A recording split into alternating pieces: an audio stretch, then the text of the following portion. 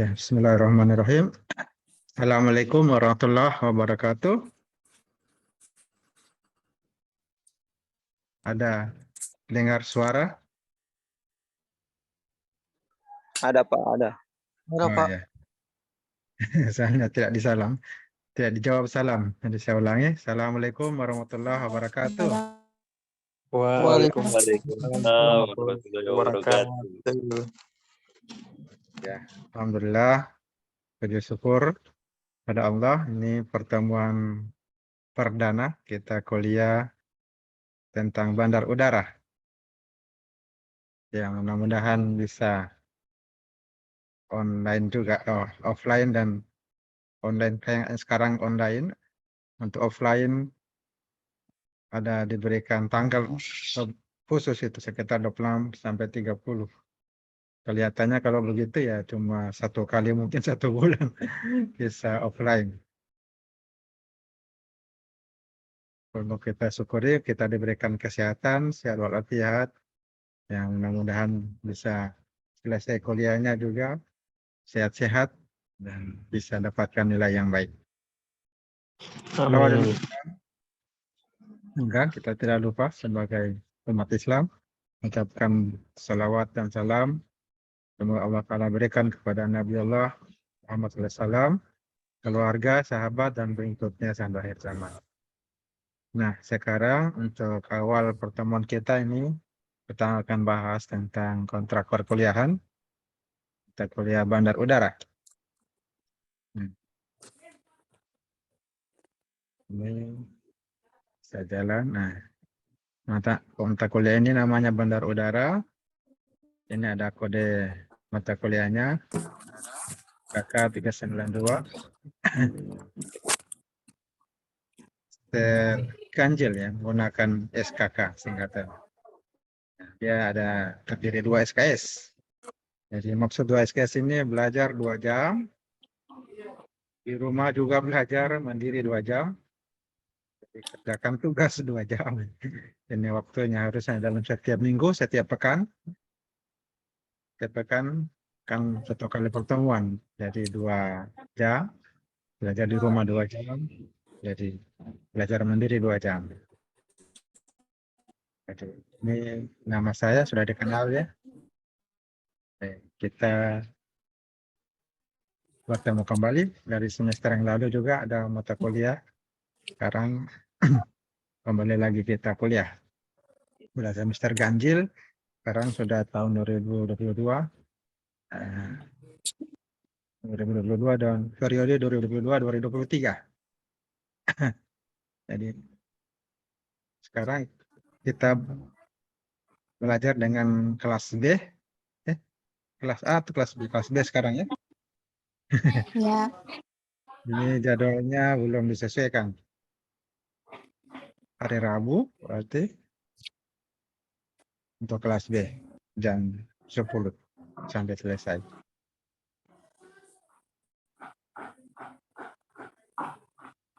Di mata kuliah ini tentunya mempelajari bandar udara. Jadi diharapkan akan ada pengetahuan dasar dan bagaimana tentang perencanaan bandar udara. Perencanaan visi udara. Ada 2 sisi, sisi darat dan sisi udara. Sisi udara itu bagian dalam bandar udara.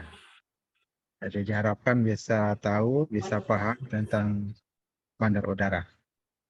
Sana ada namanya apron, ada taxiway. Jadi itu semua nanti dipelajari. Jadi mahasiswa diharapkan bisa menjelaskan, bisa memberikan gambaran umum perencanaan bandar udara. Bisa merancang. Nah, ada tugas besarnya, jadi bisa nanti diharapkan merencanakan bangunan, khususnya bangunan sisi udara. Ada juga perkerasan jalannya juga, drainase, ya, kalau sempat nanti dilihat kondisi mana yang bisa kita bahas. Yang penting ya jangan lupa kerja tugas besarnya agar bisa paham bagaimana perencanaan bandar udara. Jadi bisa menerapkan prinsip-prinsip ilmu yang dipelajari dalam merancang lapangan terbang, baik sisi daratnya maupun sisi udara. Jadi, mahasiswa diharapkan bisa merancang, bisa merencanakan pembangunan bandar udara. Di antara yang kita pelajari, yang mana bandar udaranya, caranya, ada jenis pesawat juga di bandar udaranya, bagaimana ya pesawat yang ada di sana, dan pembangunan infrastruktur, sisi darat dan sisi udara, dan desain runway yang seterusnya. Diharapkan setelah mengikuti kuliah ini, ya bisa memahami konsep-konsep dasar dalam perencanaan bandar udara. Dan bisa buat perencanaan bandar udara.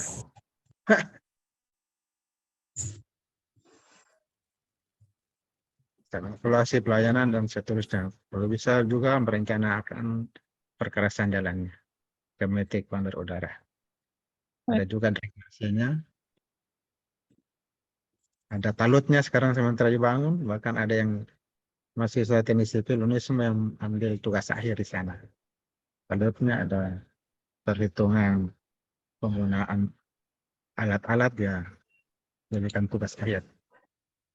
Tujuannya ada banyak ini, kalau sempat bisa diketahui, untuk tahu bagaimana pentingnya desain mengikuti standar yang nyaman dan ekonomis. Kemudian ya bisa mengerti bandara, sistem bandara dan komponen-komponen yang ada di bandar udara, mampu memahami hubungan bagian-bagian lapangan terbang. Ada sisi darat dan sisi udara. Diharapkan bisa juga kenal dan mampu mengidentifikasi jenis pesawat, ya, menentukan pesawat terencana. Jadi dalam merencanakan itu harus ditentukan pesawatnya. Siswa juga diharapkan paham fungsi terminal, ada terminal juga di bandar udara, bisa memilih jenis terminal yang digunakan sesuai dengan kondisi medan. Siswa juga diharapkan bisa tahu dan bisa mempergunakan dalam perencanaan pengaruh pesawat terencana. Ada posisi runway, ya, ini harus dipelajari apa runway, ada taxiway, panjangnya runway, fasilitas runway, ini akan dipelajari nanti. Nah, siswa juga diharapkan mampu mengetahui fungsi air traffic control, ini untuk keselamatan bandara. Yang lainnya, ya, mahasiswa diharapkan bisa mendesain, bisa merencanakan lapangan terbang dengan fasilitas penunjangnya. Nah, mahasiswa juga diharapkan bisa memprediksi jumlah kedatangan dan keberangkatan dari bandara atau udara yang akan dirancanakan. Itu pesawat maupun penumpang. Ya, mahasiswa ya diharapkan bisa menghitung arah dan besaran angin untuk menghitung arah runway, panjang runway dan fasilitas penunjangnya.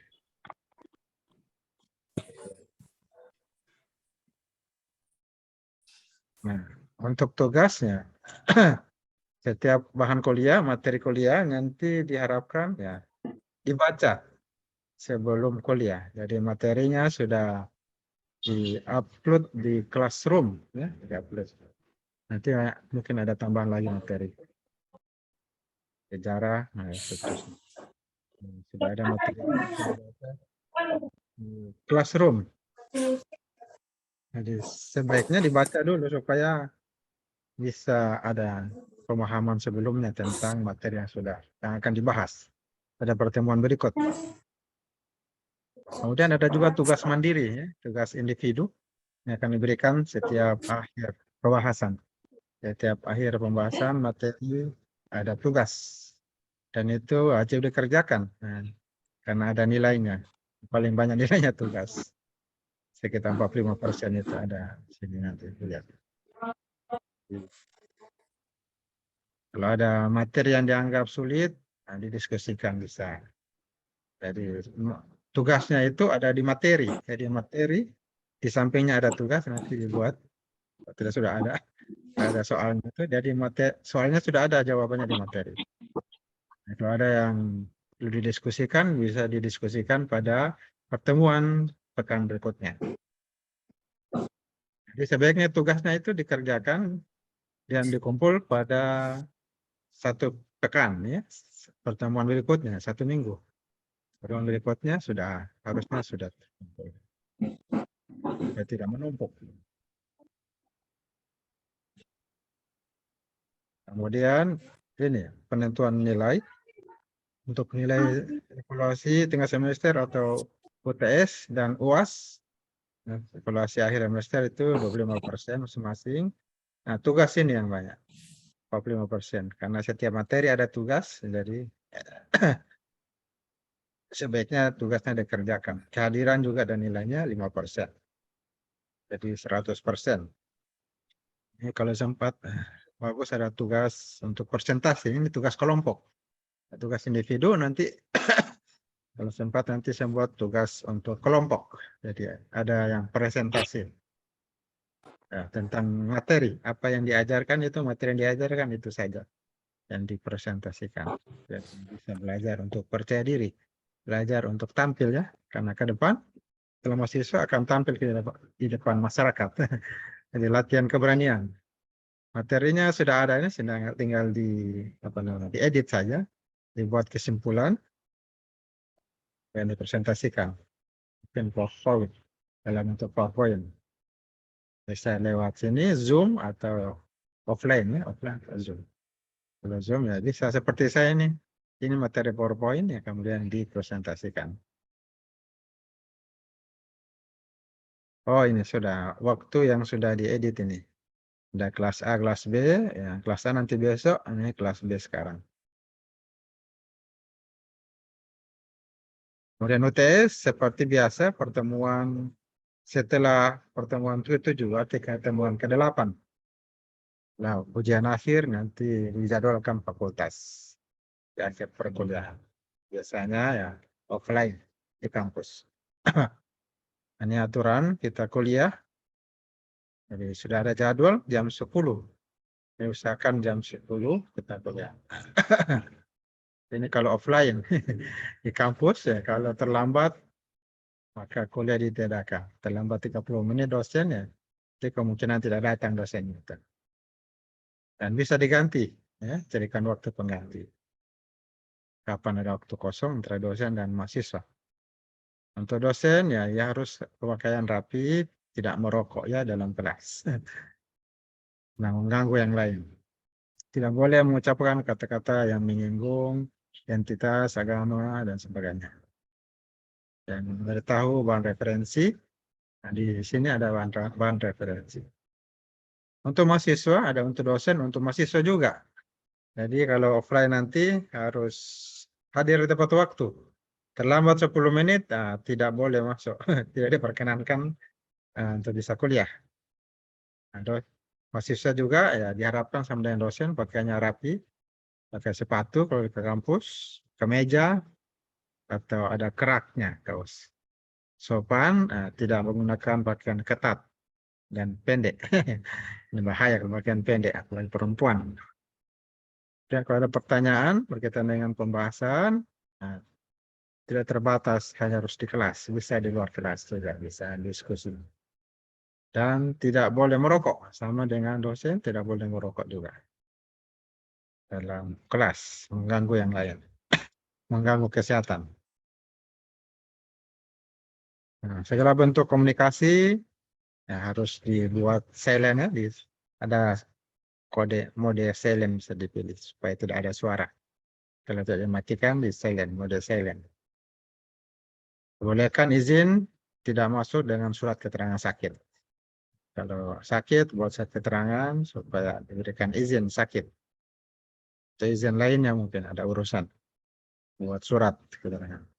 Kemudian izin keluar kelas, mungkin keperluan ke belakang, tidak bisa ditahan. Nah, ini bisa. Minta izin.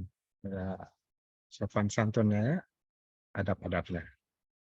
Dan bergantian. Kalau tempat WC-nya tidak banyak.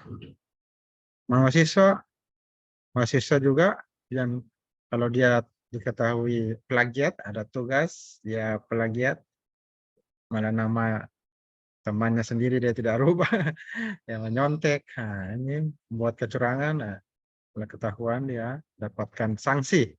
Nah, ini ada nilai yang paling rendah ini sebenarnya. Nah, diharapkan mahasiswa bisa hadir ya pada kuliah itu ya di atas 90%. Ya 90% ke atas lah. Supaya bagus nilainya. Ini akan mendapatkan nilai kehadirannya yaitu 5%. Kemudian mahasiswa yang kumpulkan tugas sebelum atau tepat waktu akan mendapatkan tambahan nilai 5% dari oleh. Makanya dikumpul tugasnya sebaiknya 1 pekan ya. Setiap dapat tugas ya minggu depannya dikerjakan lagi. Nah, kalau kemudian ada pelanggaran tertib ini akan ada sanksi. Sanksinya langsung ataupun tidak langsung. Nah, itu beberapa aturannya. Ini diantaranya bahan bacaannya.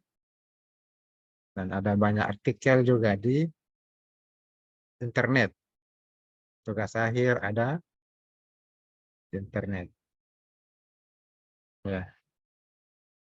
Banyak sekarang bacaan. Kalau sudah punya jaringan internet, kuota, tinggal buka. Di kampus ada wifi, ya, dia akan bisa dapatkan sumber bacaan. Nah, ini kita sepakati bersama di loop. Ya.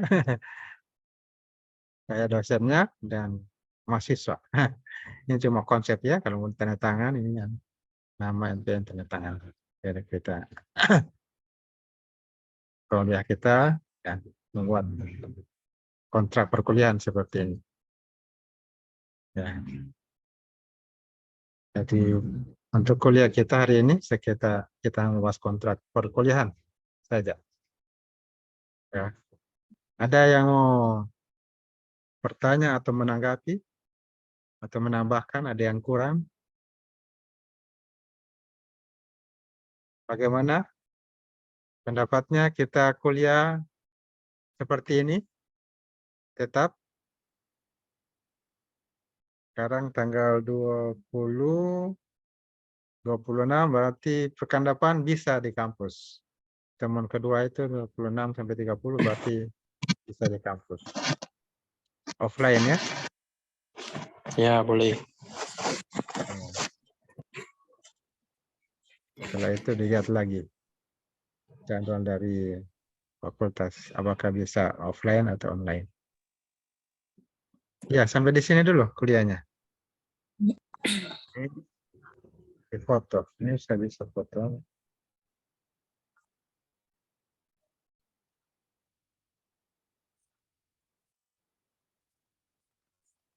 Send. Foto. Ya, bisa. Jadi demikian kuliah kita. Kalau tidak ada yang menanggapi, saya akhiri. Syukur mengucapkan alhamdulillahirrahmanirrahim. Atas kurang lebihnya mohon maaf ya, kita lanjut lagi pada pertemuan berikutnya nanti di kampus secara offline. Assalamualaikum warahmatullahi wabarakatuh. Waalaikumsalam warahmatullahi wabarakatuh. Wabarakatuh. Terima kasih, Pak.